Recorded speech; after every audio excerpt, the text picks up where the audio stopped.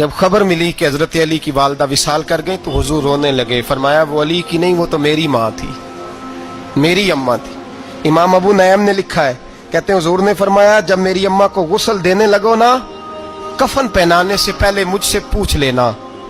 सहाबा कहते हैं कफन देने से पहले औरतें आई, हुजूर क्या करना है? नबी पाक अंदर गए, जो कमीज पहनी हुई थी वो उतार के दी।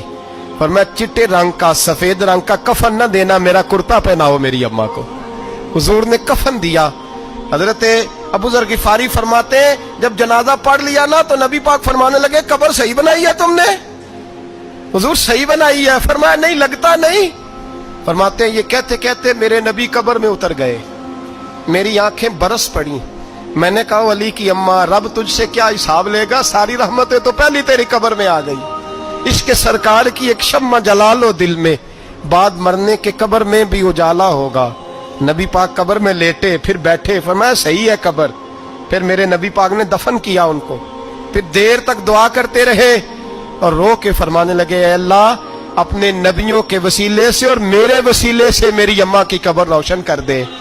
हजरत अबू जर फरमाते हैं किसी का दिल नहीं करता उसकी माँ मरे, आज मेरा दिल करता था काश मेरी मर जाती, ये फजीलत मेरी अम्मा को नसीब होती। सैयदना अबू जर फरमाते जब हुजूर रुखसत होने लगे तो मैं करीब गया, मैंने कहा हबीबा जरा ये रंग मुझे भी समझाएं।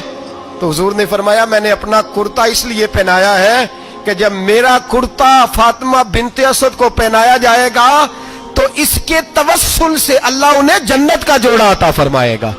और कब्र में इसलिए उतरा हूं कि जब मैं कब्र में उतरा हूं तो अब मेरी अम्मा की कब्र तंग नहीं होगी, बल्कि अल्लाह मेरी बरकत से कुशादगी अता फरमा देगा। पसे मुर्दन फरिश्तों ने जो तलाशी ली तो क्या निकला, फकत एक दिल के गोशे से ख्याले मुस्तफा निकला।